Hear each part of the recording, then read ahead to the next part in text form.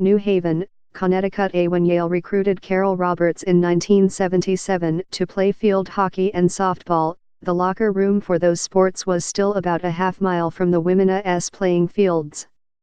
As Ms. Roberts recalled, both teams shared one portable toilet. Like from a construction site, she said with a laugh. When a trailer was brought in that contained a sink and multiple stalls, she said, we thought we had arrived. Decades later, as chief financial officer of International Paper, Ms. Roberts, 59, a mechanical engineer by training, donated $4 million of a $6 million project to build a field house for Yale's female athletes between the field hockey and softball fields. It opened in 2018 and includes home and visitor locker rooms, a training room, coaches' offices, and an observation deck for spectators. As the 50th anniversary of Title IX approaches, the pioneering athletes who first benefited from the 1972 federal gender equity law are now in their 50s or 60s, and some of them have gained sizable wealth as more women have entered the executive suite.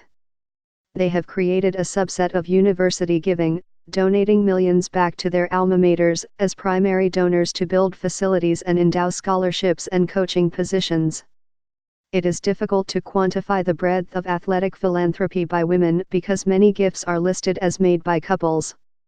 The NCAA and the National Association of Athletic Development Directors do not track individual donations by gender. Research on the topic appears scarce. Athletic administrators and development experts say they have noticed the emergence of several trends. Given the insatiable hunger of universities for academic and athletic philanthropy, women are increasingly being targeted as donors.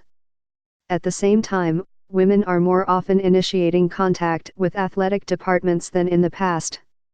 Victoria Chun, the athletic director at Yale, who previously held the same position at Colgate, said, "I am sure some of it is me being a female athletic director, but more and more female athletes are reaching out to me and asking how they can help.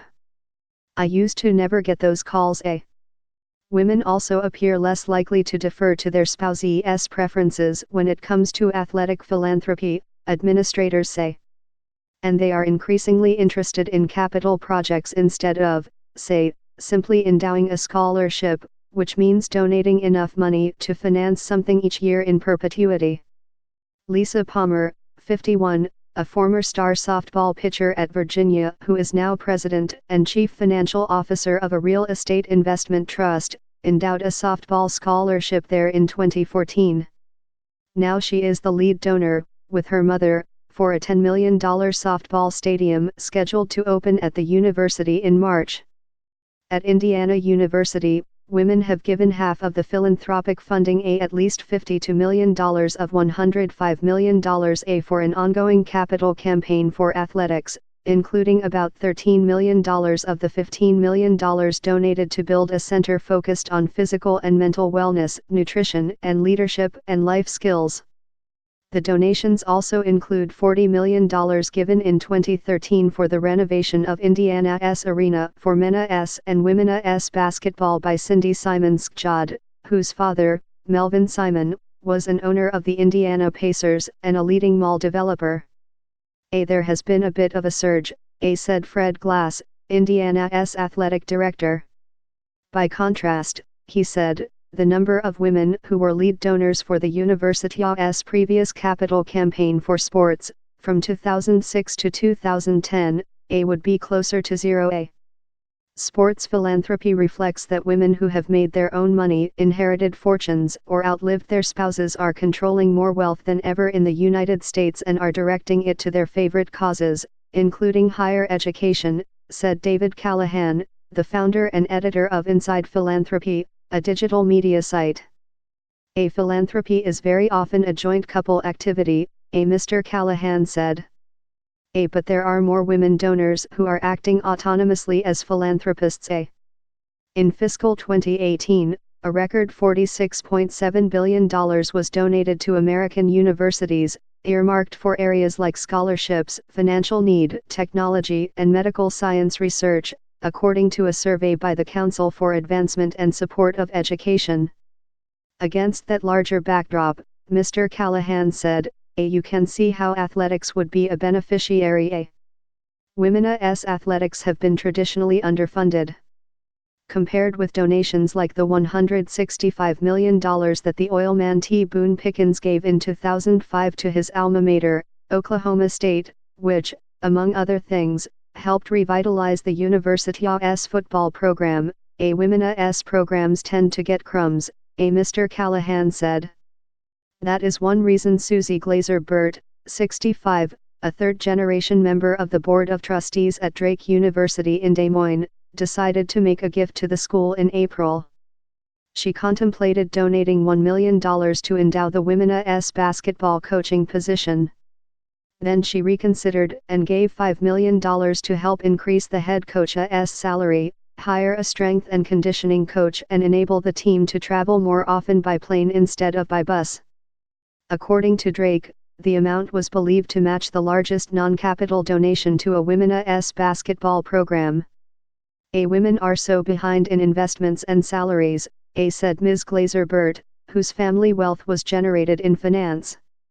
I wanted to make a statement. It's time for women to empower women to be successful.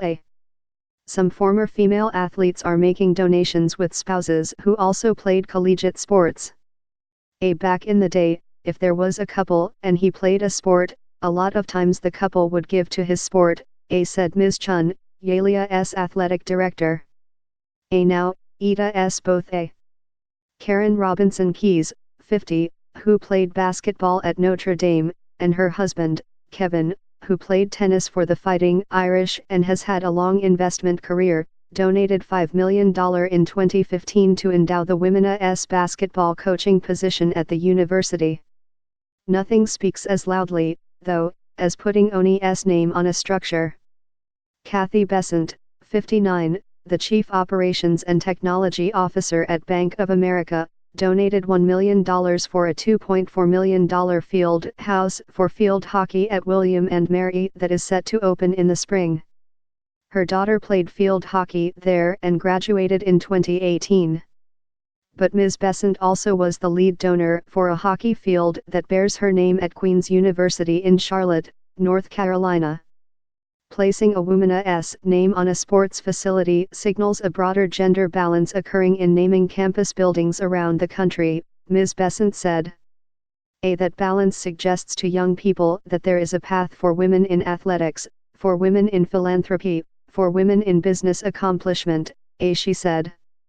Ms. Roberts, a native of Warminster, Pennsylvania, who won Ivy League titles in field hockey and softball at Yale, said she became the lead donor for the women's field house, in part, to acknowledge the role athletics played in imparting lessons of competition, teamwork, discipline, and leadership that served her in the corporate world.